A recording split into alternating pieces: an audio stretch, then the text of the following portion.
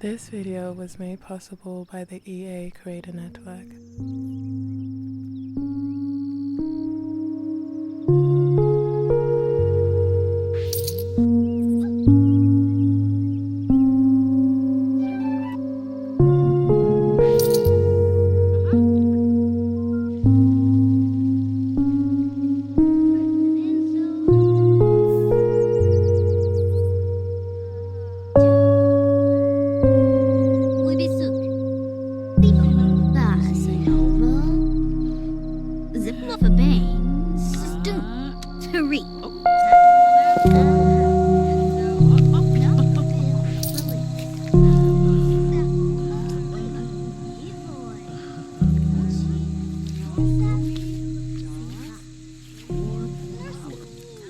Hey everyone, and welcome back to another speed build video. And today I'm going to be building this East African inspired pottery studio.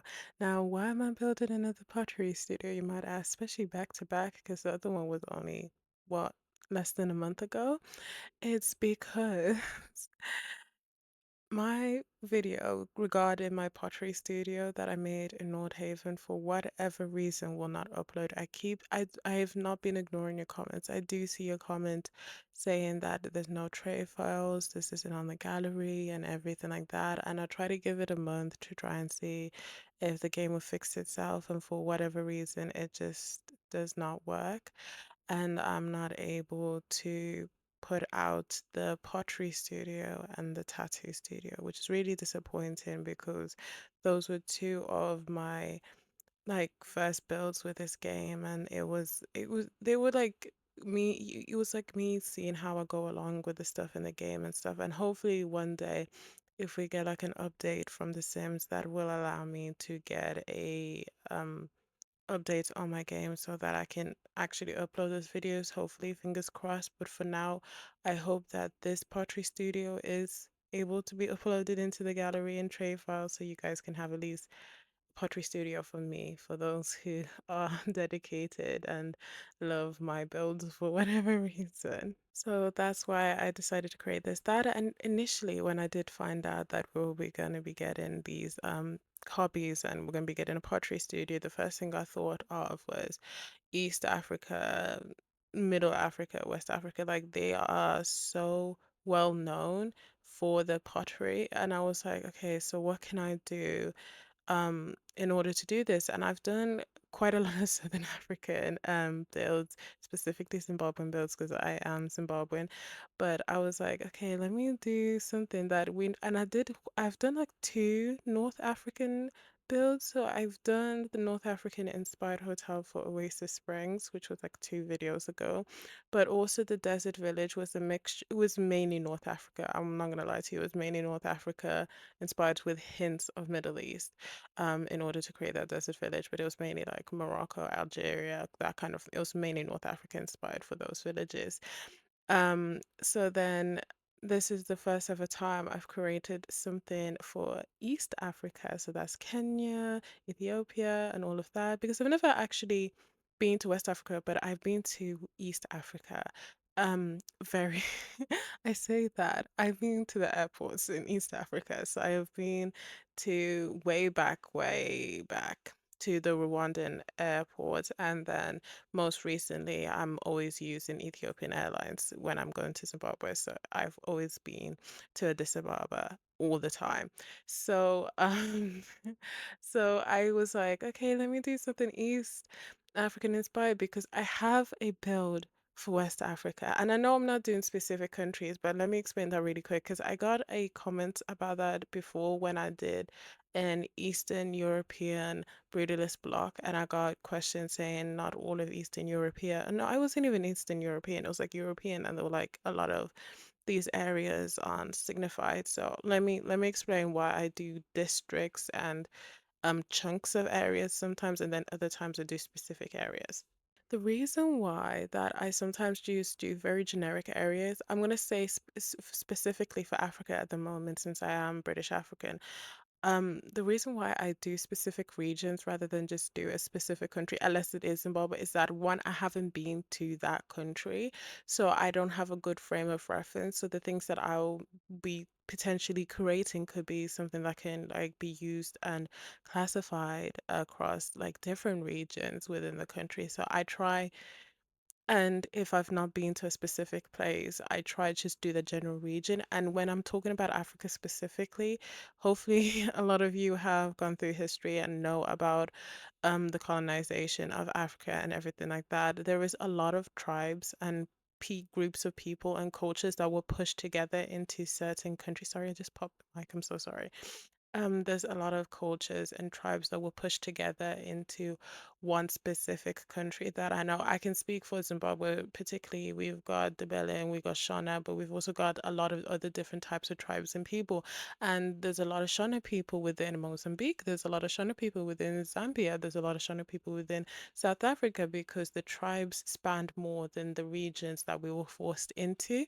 So when there is a genuine consensus of a particular architectural vibe or culture or anything, I just end up grouping it through regions because then I can say it is specifically Southern Africa. So I can say Southern Africa for this type of culture and this type of thing and this type of look. But I can't say just Africa because that is far too expansive.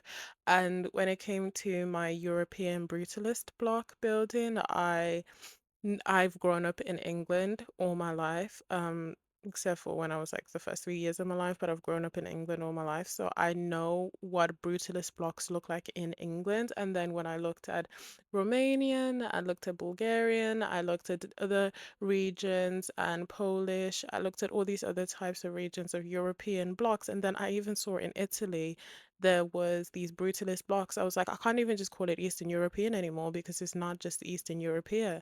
It's got there's elements of Italy, there's elements from Spain, from France, from England. This is no longer Eastern European, so I just called it European, but I added the brutalist, so you know that I'm talking about specifically the brutalist movement. So that is just it's a really long rundown of me explaining why I have called this video East African inspired. My main point of reference though was Kenya. I won't lie to you guys. My main point of reference, I was looking at a lot of the architectural designs in Kenya, and I was like, I love these arid spaces. I love all of like there's just like so much movement within like air, and I thought that is such a cool concept to have in terms of a pottery studio because that's really what you want. You want a lot of circulation of air. You don't really want to have this kind of stifled environment. And I think ever since creating that hotel, I've been just loving using the idea of open spaces within The Sims. And this is me saying it specifically because a lot of the time in The Sims, I don't really use that much. I use like open plans, but not open spaces. But I think you could see that from my gym video, and you could see from my hotel video that I've been using a lot of like pieces where it is a room, but it's not actually a closed off room. And that's the same thing as with the gym and the hotel. Like there are rooms, but they're not actually closed off. So you can have the feeling of the bright light of the outside, and you can have the feeling of like the air circumventing because these are normally really hot regions. I'm building these things for like the LA Fitness Luxury Gym, the one I mean that's in LA, California is hot. And then the Oasis Springs inspired of Morocco, specifically Marrakesh, and that place is hot. Even though when I went, it wasn't that hot, but yeah, that's the general vibe. So what I'm gonna be doing with the video is gonna be ending. I was talking a lot of nonsense for a very long time is that what I'm going to be doing is that I'm going to be trying my best into making sure that I can also remake a tattoo studio because I know that's the other thing that I want to upload.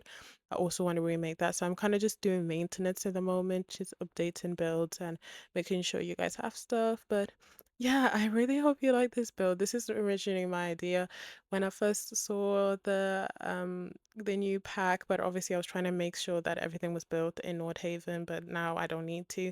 But that's also why I had to put the EA creators notice at the front because this is just business and hobby, so it comes under the whole ad thing as part of being the creator thing. So that's why it was at the front for this one, but not the other ones because the other ones use multiple packs and it's no longer specifically focused on this pack. But yeah, and also I would love to know what you guys think of this microphone. I know I'm talking right through the tour, but I got a new microphone, so I hope you guys like this one as well. I really like this, and yeah, I hope you guys had a lot of fun. Yeah. Thank you so much for watching this video. Don't forget to like and subscribe, but if you don't want to, that's also okay. I appreciate you staying this long and listening to all of my ramblings. Also, don't forget to leave a comment down below. I read all of your comments. The more the merrier. And I'll see you guys in the next video. Goodbye.